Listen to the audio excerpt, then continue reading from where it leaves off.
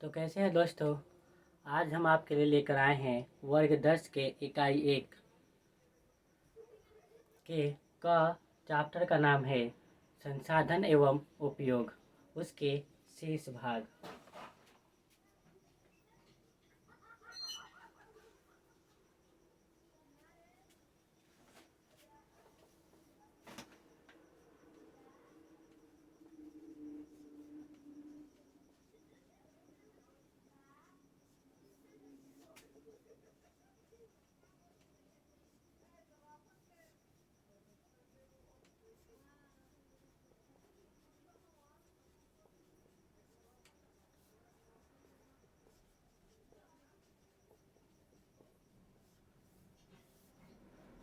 तो दोस्तों, आज हम आपके लिए लेकर आए हैं वर्ग 10 के विषय भूगोल इकाई 1 के खंड का संसाधन एवं उपयोग का शेष भाग।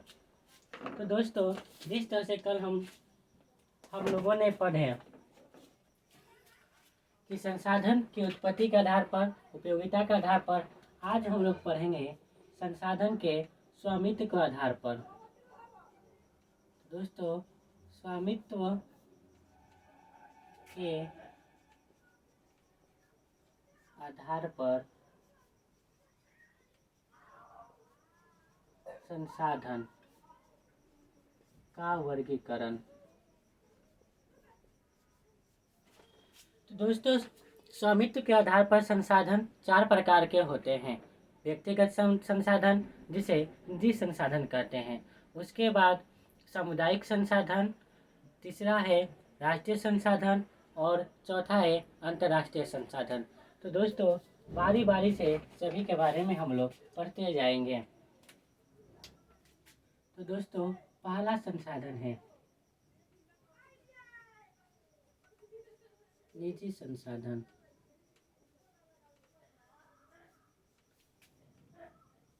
दूसरा है सामुदायिक संसाधन।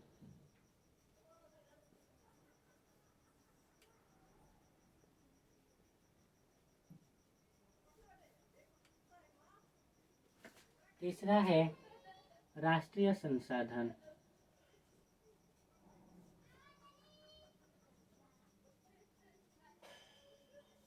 और चौथा और अंतिम है अंतर्राष्ट्रीय संसाधन।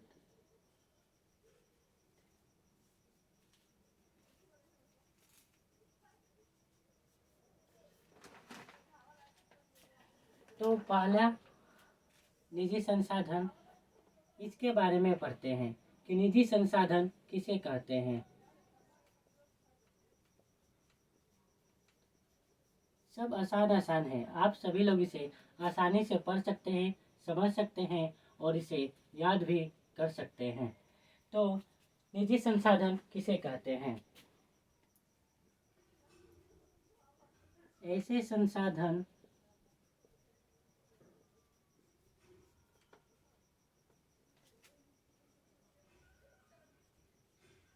जिसका उपयोग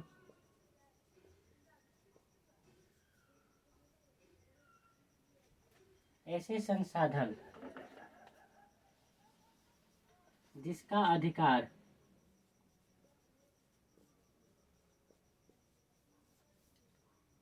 ऐसे संसाधन जिसका अधिकार किसी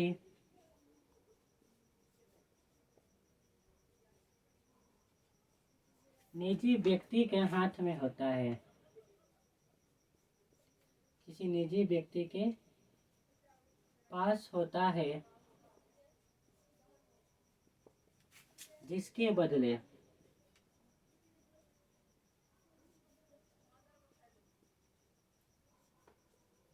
वह सरकार को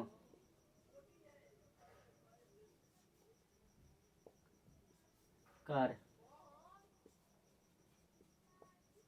अदा करता है, उसे निजी संसाधन कहते हैं।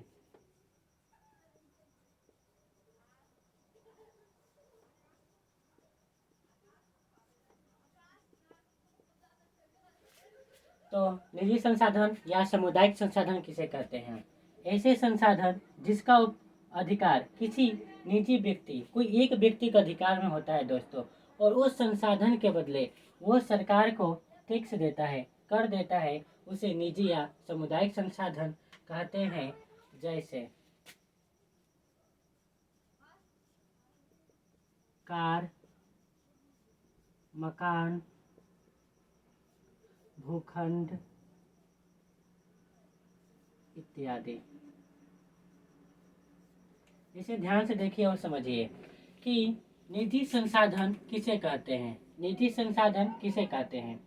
ऐसे संसाधन जिसका अधिकार किसी निजी व्यक्ति के पास होता है, यानी कोई ऐसा व्यक्ति जिस पर उसी का कंट्रोल हो उसके संसाधन पर, और उस संसाधन के बदले सरकार को कर देता है, यानी सरकार को टैक्स देता है, उसे ही निजी संसाधन कहते हैं।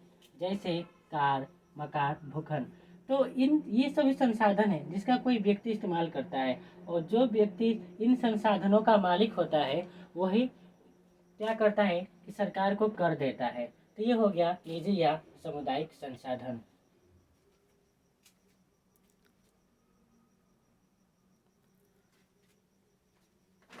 दूसरा है, सही दोस्तों, निजी या व्यक्तिगत संसाधन।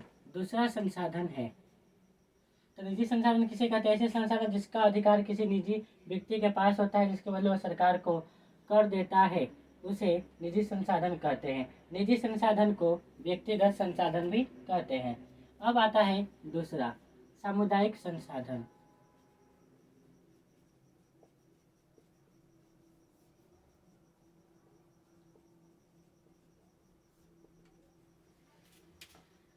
सामुदायिक संसाधन किसे कहते हैं?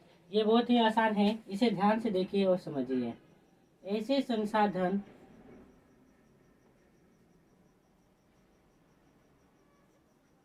संसाधन जो किसी खास समुदाय के अधिकार में होता है।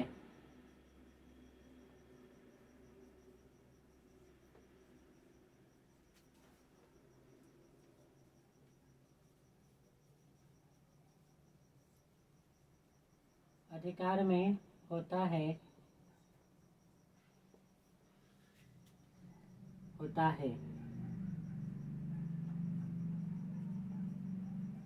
जिसका उपयोग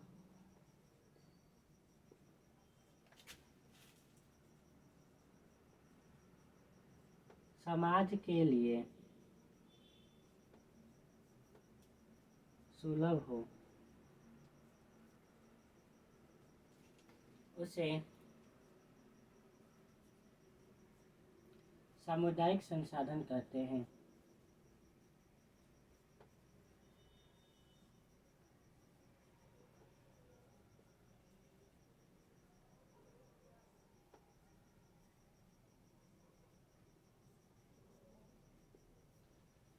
जैसे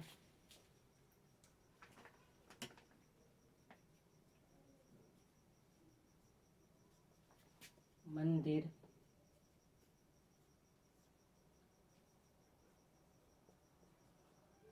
मस्जिद, स्कूल, खेल का मैदान इत्यादि। देखिए कि बहुत ही बारीकी और आसानी से समझिए कि सामुदायिक संसाधन किसे कहते हैं। सामुदायिक संसाधन है क्या? सामुदायिक मतलब देख पढ़ने से समझ में आता है, सामुदायिक मतलब पूरे समाज के लिए, यानी ऐसे संसाधन जो किसी खास समुदाय के अधिकार में होता है, यानी कि एक समाज के अधिकार में होता है, और कह रहा है कि उसका उपयोग समाज के सभी लोग करते हैं, उसमें कोई किसी पर्सनल आदमी का नहीं होता है, कोई इसका रोक टोक नहीं होता है, उसे ही सामुदायिक संसाधन कहते हैं। जैसे मंदिर, मस्जिद, स्कूल, खेल का मैदान, यानी कि वो सभी चीज़ जिसका उपयोग समाज के सभी लोग, एक समाज करता है, उसे ही कहते हैं हम लोग सामुदायिक संसाधन। ये तो बहुत आसान है दोस्तों, इसे आप बहुत जल्दी से याद कर लीजिएगा। जिसका आप सबसे ज़्यादा उपयोग बिहार मैट्रिक बोर्ड में कर सकते हैं।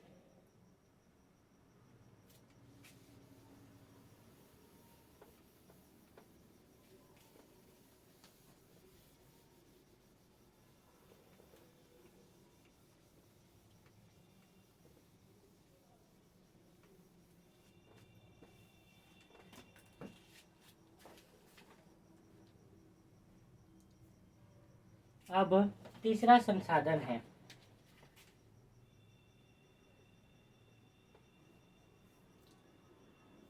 राष्ट्रीय संसाधन। ये तो समझ में आ जाता है इसे देखने से कि राष्ट्रीय संसाधन यानी जो एक देश के लिए आता है, जो एक देश के अधिकार में होता है, उसे ही राष्ट्रीय संसाधन कहते हैं। तो इसका परिभाषा बहुत ही आसान है। तो ऐसे संसाधन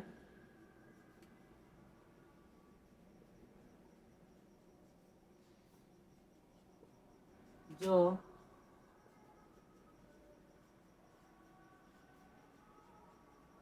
कानूनी तौर पर, देखिए बहुत ही आसान है, इसे ध्यान से देखिए। ऐसे संसाधन जो कानूनी तौर पर किसी देश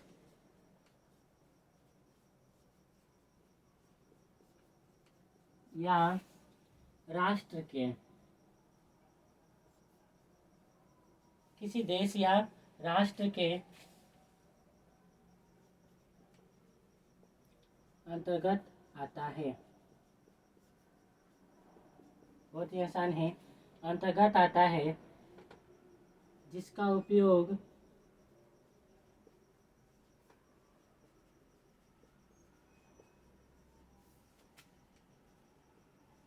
देश के आम लोगों के लिए, जिसका उपयोग देश के आम लोगों के लिए यानी व्यक्तिगत जनता के लिए, आम लोगों के लिए किया जाता है।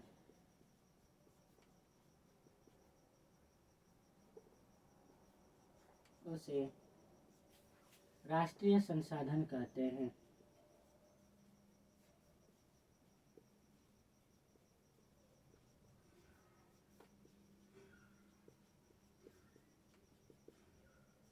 एकदम ध्यान से देखिए, बहुत ही आसान है। ऐसे संसाधन जो कानूनी तौर पर किसी देश या राष्ट्र के अंतर्गत आता है और वह देश या वहाँ के सरकार उस जो होता है वहाँ का संसाधन, उसका करा उपयोग वहाँ के आम लोगों के लिए यानी अपनी सरकार अपनी जनता के उपयोग के लिए करता है, उसे ही राष्ट्रीय संसाधन कहा जाता है।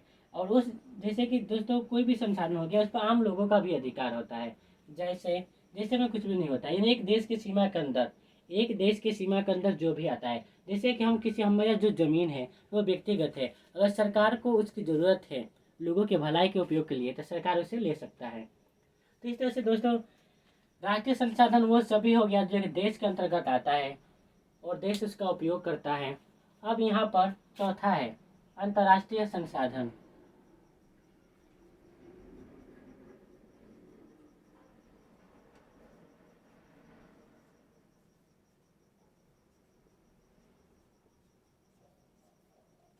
बहुत ही आसान है, इसको देखते जाइए, समझते जाइए और याद करते जाइए। ऐसे संसाधन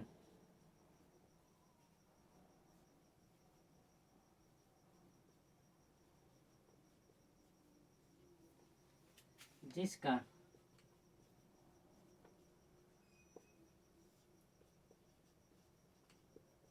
नियंत्रण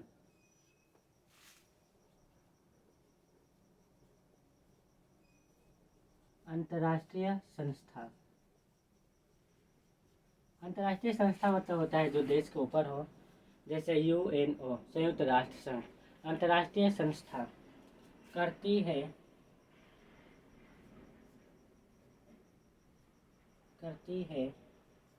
उसे अंतर्राष्ट्रीय संस्था कहते हैं। नहीं सॉरी दोस्तों, अंतर्राष्ट्रीय संसाधन कहते हैं।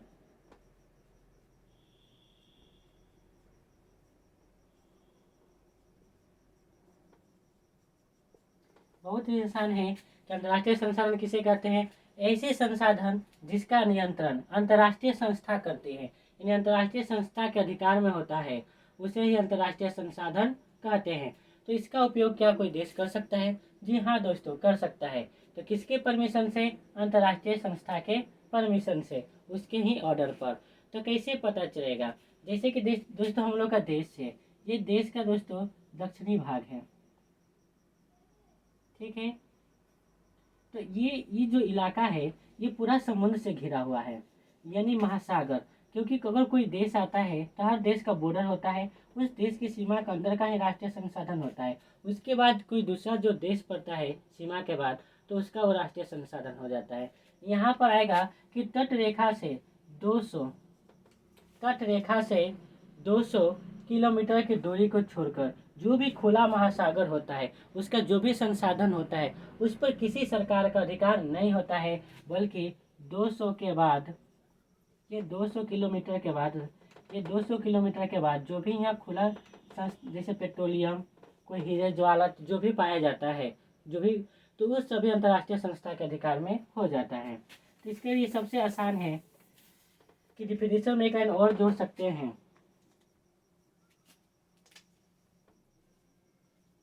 तट रेखा से 200 किलोमीटर के बाद जो खुले महासागर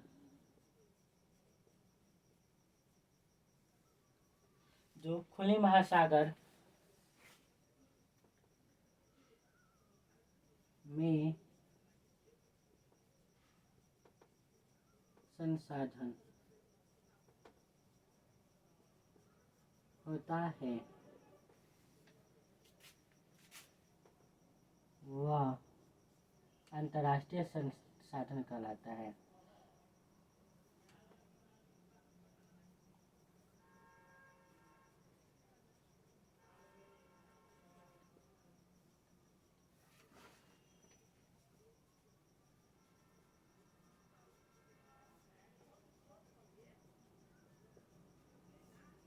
बहुत ही आसान है, ध्यान से देखिए। राष्ट्रीय संसाधन ऐसे संसाधन जो कानूनी तौर पर किसी देश या राष्ट्र के अंतर्गत आता है, जिसका उपयोग देश के आम लोगों के लिए किया जाता है, उसे राष्ट्रीय संसाधन कहते हैं। अंतर्राष्ट्रीय संसाधन ऐसे संसाधन जिसका नियंत्रण अंतर्राष्ट्रीय संस्था करती है, उसे अंतर्राष्ट्रीय संसाधन कहते हैं। तो दोस्तों, तट रेखा से 200 किलोमीटर के बाद जो भी खुला महासागर में जो भी संसाधन पाया जाता है, वो सभी संसाधन अंतर्राष्ट्रीय संसाधन कहलाती हैं।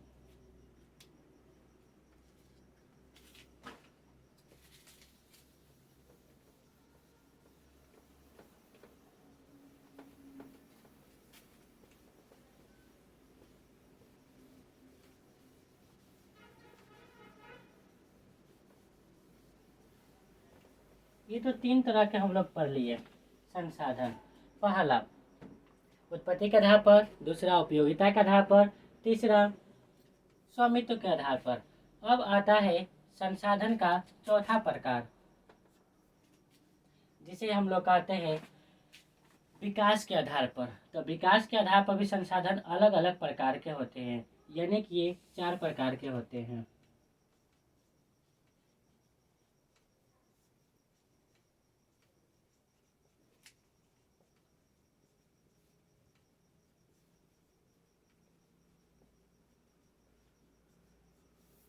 तो विकास के आधार पर भी संसाधन 4 प्रकार के होते हैं। पहला संभावी संसाधन,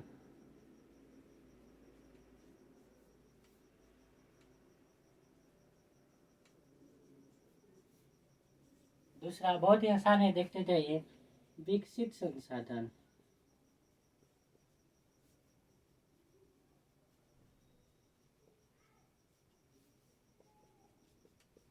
इसी प्रकार से तीसरा और चौथा है जो बहुत ही आसान है, भंडार संसाधन।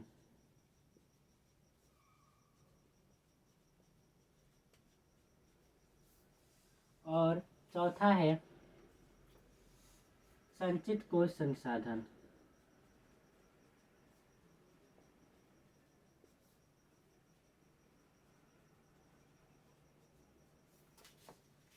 तो यहाँ पर हम लोग आज 2 पढ़ेंगे, बाकी जो शेष है उसे कल पढ़ते हैं। तो पहला है संभावित संसाधन।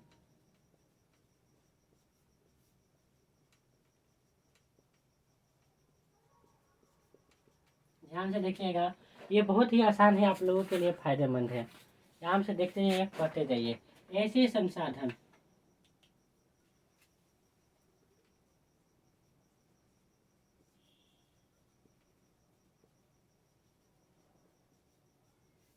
संभावित संसाधन से आप संभावना हो, ठीक है दोस्तों। तो इसे बहुत आसानी से समझिए। ऐसे संसाधन जो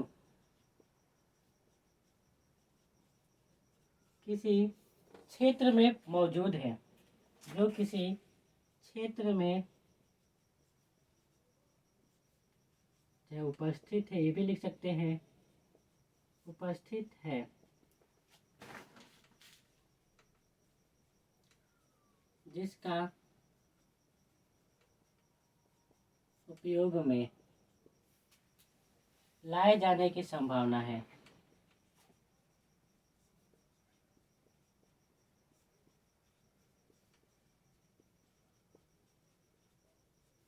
संभावना है, उसे संभावित संसाधन कहते हैं। उसे लाए जाने की संभावना है, उसे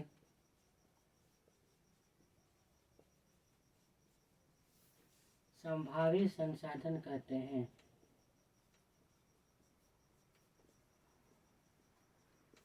यानी इसका उपयोग अभी नहीं किया गया है, इसका उपयोग हम लोग कर सकते हैं। जैसे में अगर हम लोग देखें तो हम लोग का जो हिमालय है, तो हिमालय में संसाधन है, उसका हम लोग उपयोग कर सकते हैं। माने अभी हम लोग उपयोग कर नहीं रहे हैं, इसलिए नहीं कर रहे हैं कि जो हिमालय तो पहाड़ी इलाका है, पहले लिख देते हैं हिमालय के भागों में पाए जाने वाले संसाधन। यानी दोस्तों हिमालय के भाग में वो पाया जाता है संसाधन, पर इसका उपयोग नहीं कर सकते हैं, क्योंकि संसाधन निकालने में मुश्किल है। अगर संसाधन निकालते हैं तो और बाकी जो संसाधन हम लोग निकाल रहे हैं दूसरी जगह से, वही संसाधन उसकी तुलना में हिमालय वाले महंगा हो जाता है। तो संभावित संसाधन किसे कहते हैं? ऐसे संसाधन जो किसी क्षेत्र में उपस्थित है, यानी कोई एक जगह में है जिसका हम लोग उपयोग कर सकते हैं पर अभी कर नहीं रहे हैं, हम लोग को सब पता है, उसी को हम लोग कहते हैं संभावित संसाधन। जैसे हिमालय के क्षेत्र में पाए जाने वाला संसाधन। उसी प्रकार से है विकसित संसाधन, 2 नंबर।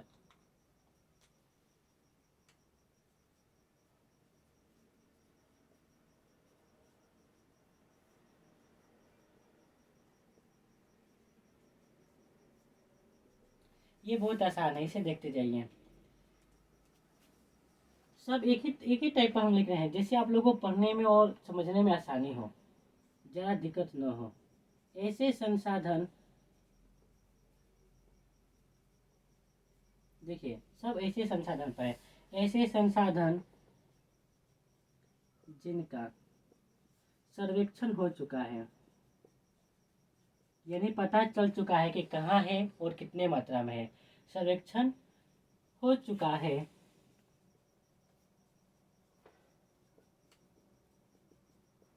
लेकिन क्या दोस्तों, पता चल गया तब फिर भी उपयोग क्यों नहीं करें?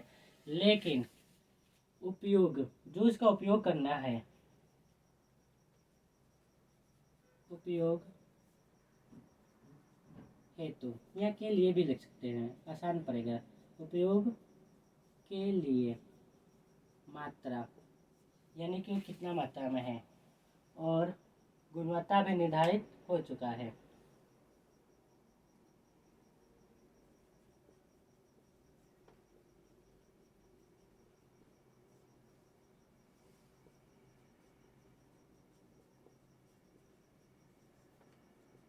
हो चुका है, यहाँ थोड़ा सा गड़बड़ है। ऐसे संसाधन जिसका संरक्षण हो चुका है,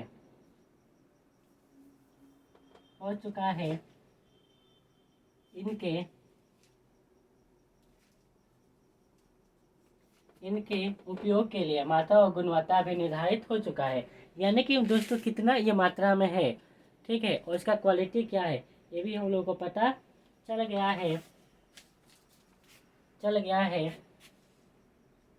लेकिन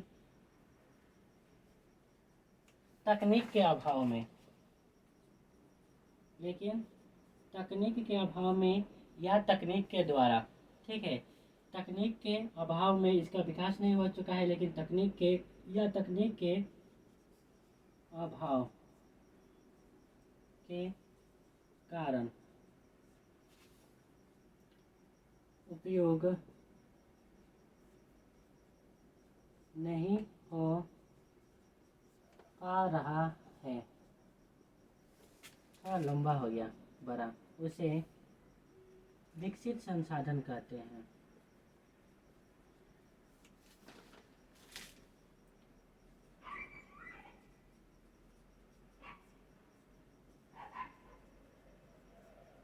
जिसे विकसित संसाधन कहते हैं। देखिए कितना आसान है। विकसित संसाधन ऐसे संसाधन जिनका सर्वेक्षण हो चुका है, यानी कि पता चल चुका है कि कहाँ है, और करा उसका उपयोग के लिए मात्रा, यानी कितना मात्रा है, क्वालिटी और क्वांटिटी, यानी मात्रा और गुणवत्ता, ये भी निर्धारित हो चुका है। लेकिन हम लोग के पास वो तकनीक है नहीं कि हम लोग उसका उपयोग कैसे करें, या ज़्यादा से ज़्यादा विकास करके उपयोग कैसे करें, उसी को हम लोग कहते हैं विकसित संसाधन। बहुत ही आसान है। जैसे कि हम लोग संभावना है कि तकनीक के द्वारा इसका उपयोग कर सकते हैं। संभावित संसाधन ऐसे संसाधन जो किसी क्षेत्र में उपस्थित है, जिसका उपयोग में लाए जाने की संभावना है, उसे संभावित संसाधन कहते हैं। जैसे कि हिमालय भाग में पाए जाने वाला।